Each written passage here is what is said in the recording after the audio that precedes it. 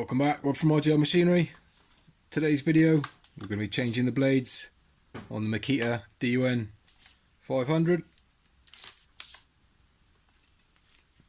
So I'm going to show you how to remove these blades, be it for sharpening, cleaning up, or just straight swapping with a new set. I always recommend, if you're a professional, to have a backup set of blades. So try and keep an eye out for cheap offers on blades. It's always handy to have a spare set.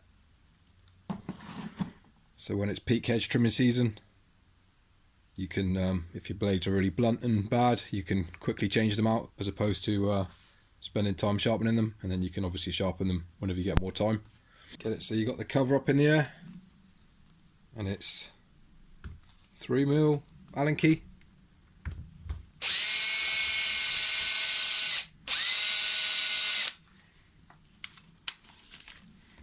So undo all 6 of these.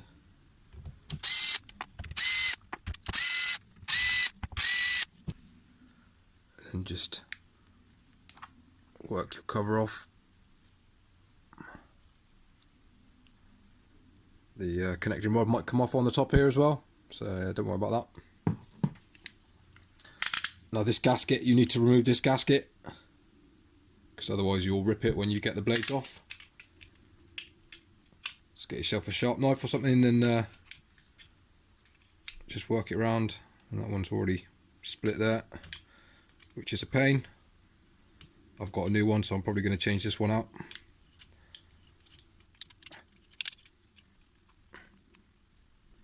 This one broke last time on me, so I'm going to put a new one on anyway. I've got a new one in spare, which is good.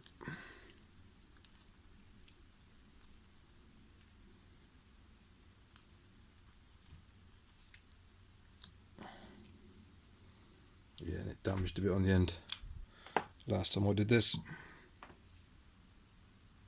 So yeah, as you can see, we're running a little bit low on grease as well. So if, for example, your connecting rod is still on here, all you need to do is just lift this bit off.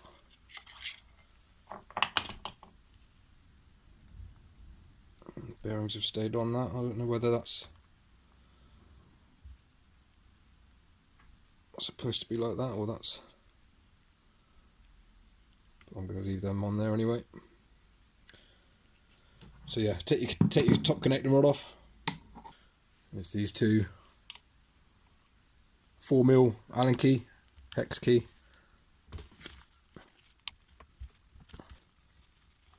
Get these undone. You have a spacer in there as well, so don't lose that.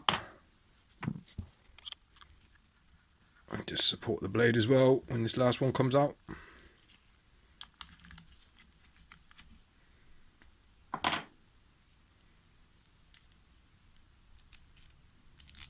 Take that out and keep the spacer as well. And then take that little bit off. Give this a little wipe down in here as well.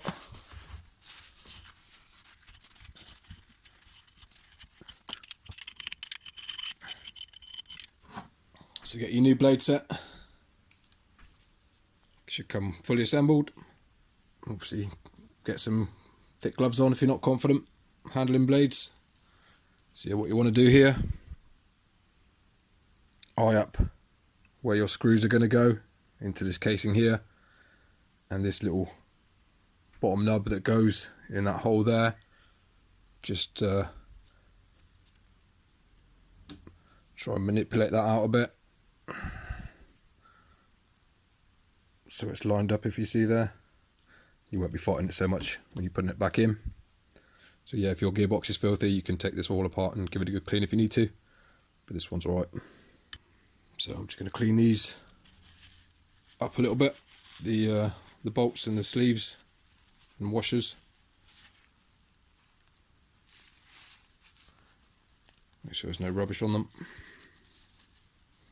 And sometimes you get wear marks on here, look, you see. So you can take this washer fully off if need be, and give it a sand flush. This one's not too bad yet. So before you put it on, that's got little hooks in it, see? So just Get it roughly in the right place. Just hook it in. You should be ready to go. When you put these bolts back in, make sure your top blade is out the way.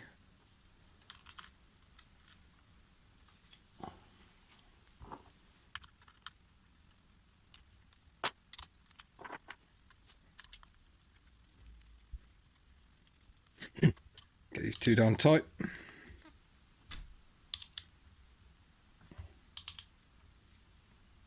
Don't go crazy tight because you're only in a little aluminium casing there, so don't want to strip it out, but get them snug. Well, that took me about half an hour to find. Forgot where I put it. But anyway, that's the part number you want for the gasket for the DUN500WZ.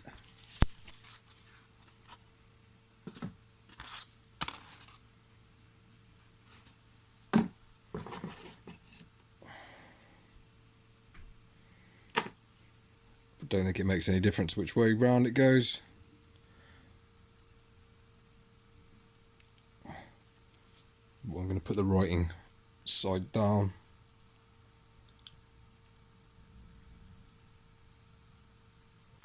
So let's get some grease in here now.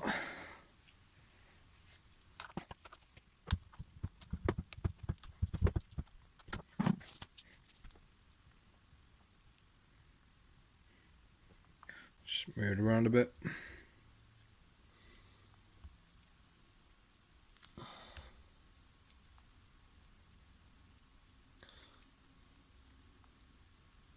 So again, make sure this bit in particular is greased, and around your bearings of your connecting rod, down in there,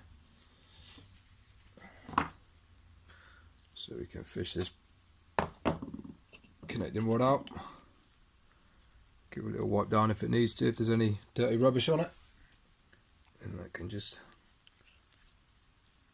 put it on, and you can just move your top blade back and forward.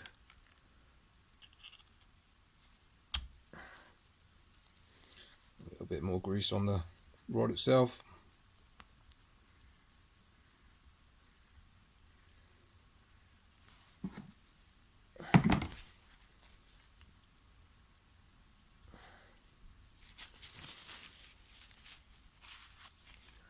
Top cover again, if that's filthy, get it cleaned out.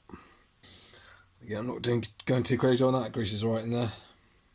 Well, obviously if you've got loads of oil grease, then get it out of the way. So right, obviously make sure they're tight, make sure your gasket's roughly in the right place, and just get your top cover back on.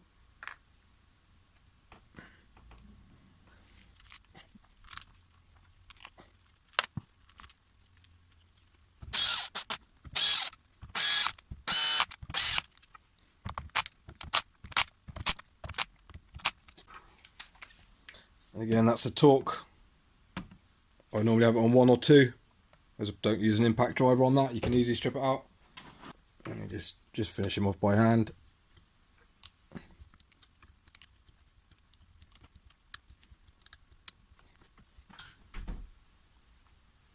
So there you go, one brand new set of blades on. I'll be doing a video on stripping these down soon, giving them a good clean up and sharpen, so stay tuned for that.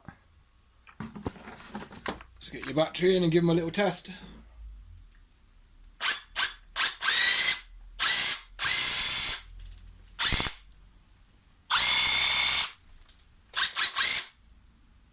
With new blades as well, I like to check the bolt tightness. I normally crank them down tighter.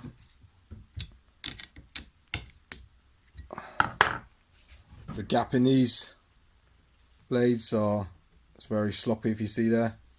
The space is rather large, so you can't clamp them down tight. So you can't go too tight on these, so don't worry about over tightening them. Just obviously don't strip the threads. But I just like to crank them down a little bit to try and make these blades as tight as possible. So there we go, new blades on the Makita. And some of you eagle-eyed people might have noticed these look bigger, because these are 600mm blades as opposed to the 500mm ones. It does make the head a little bit heavier, but yeah, I've got a good system going. I've got a 600 set and I've got a 500 set. Use them for different things. So you can put slightly larger blades on here. I wouldn't advise it for most people though. Stick to the 500 ones, they work fine. Yeah, so I hope that helped. Leave a like if it did, that'd be much appreciated. And yeah, any questions, let me know. Cheers.